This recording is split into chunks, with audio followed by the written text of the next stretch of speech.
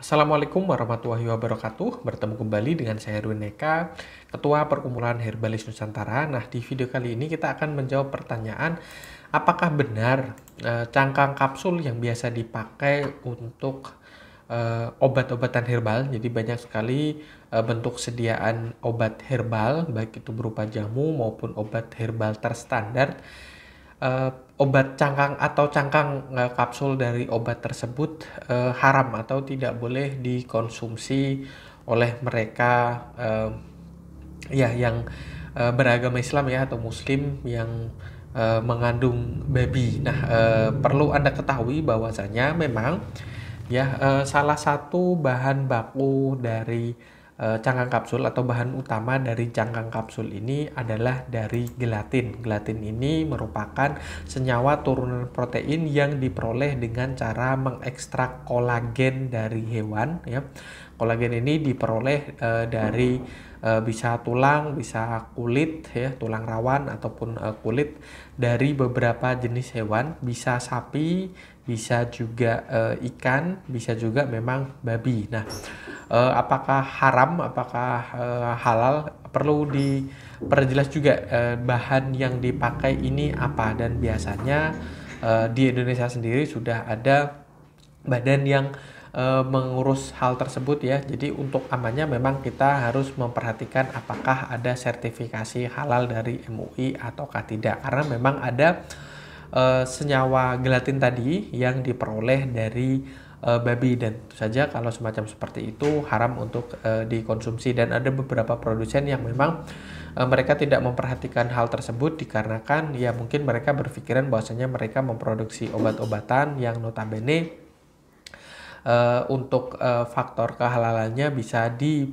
entahlah, mereka punya pertimbangan ini sebagai sebuah obat ya, mungkin dimaafkan dan lain sebagainya, karena itu tadi ya khasiatnya ya, melihat khasiat yang terkandung dalamnya. Namun ya sebaiknya memang kita berhati-hati dan kita bisa berpatokan terhadap apakah produk tersebut ada, terutama untuk cangkangnya ya, yang cangkang ini yang memang bisa diproduksi dari bahan utamanya yaitu dari gelatin babi. Namun banyak sekali atau mayoritas yang ada di Indonesia lebih diproduksi oleh atau gelatinnya ini diambil dari sapi, yang tentu saja boleh dikonsumsi oleh kita ya sebagai umat muslim seperti itu.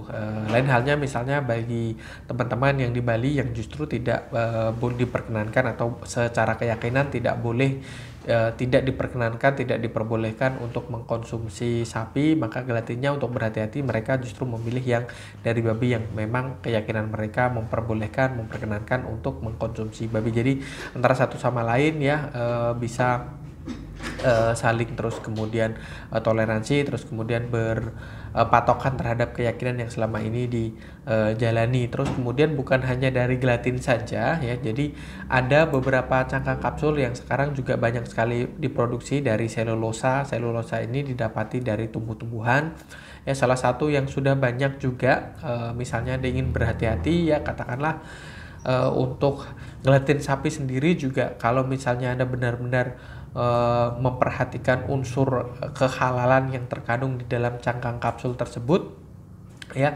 apakah proses penyembelihannya sapinya ini disesuaikan dengan syariah yang berlaku dan sebagainya, Anda bisa mencari cangkang kapsul dengan bahan baku selulosa, atau misalnya ada beberapa jenis cangkang kapsul Anda bisa cari yang bahan bakunya didapati dari rumput laut. Nah, rumput laut atau jenis-jenis tanaman tertentu, atau mungkin bagi Anda juga yang katakanlah menjalani pola hidup vegetarian. Nah, produk cangkang kapsul dengan bahan baku yang dari tanaman ini tentu saja akan lebih terjaga dari unsur hewani, dan juga bagi Anda yang sangat memperhatikan kehalalannya dari sisi bagaimana cara pemanfaatan atau mungkin dari sisi cara penyembelihannya, sekalipun sapi misalnya Anda cukup berhati-hati ya, memperhatikan unsur kehalalan yang terkandung dalamnya, Anda bisa sebagai opsi untuk lebih memilih yang bukan dari gelatin tapi dari selulosa yang didapati dari tumbuh-tumbuhan ya. Anda bisa cari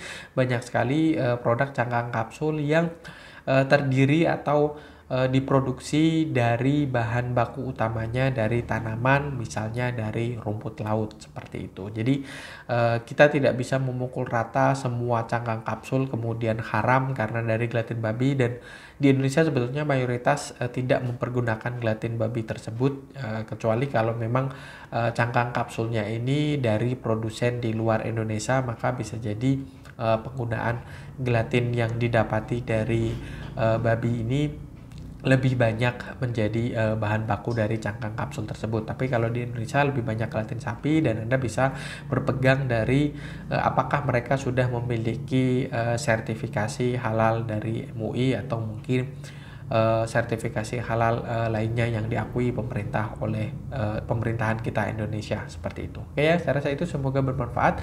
Dan untuk Anda yang ingin belajar lebih lanjut tentang pemanfaatan herbal, Anda bisa mengunjungi website kami. Untuk info lebih lengkapnya Anda kunjungi situs kami herbalisnusantara.com, atau Anda bisa bertanya secara langsung melalui nomor WhatsApp kami, atau ya, Anda bisa memfollow juga Instagram kami atau YouTube channel kami ini. Jangan lupa di subscribe. Seperti itu, saya akhiri. Wassalamualaikum warahmatullahi wabarakatuh.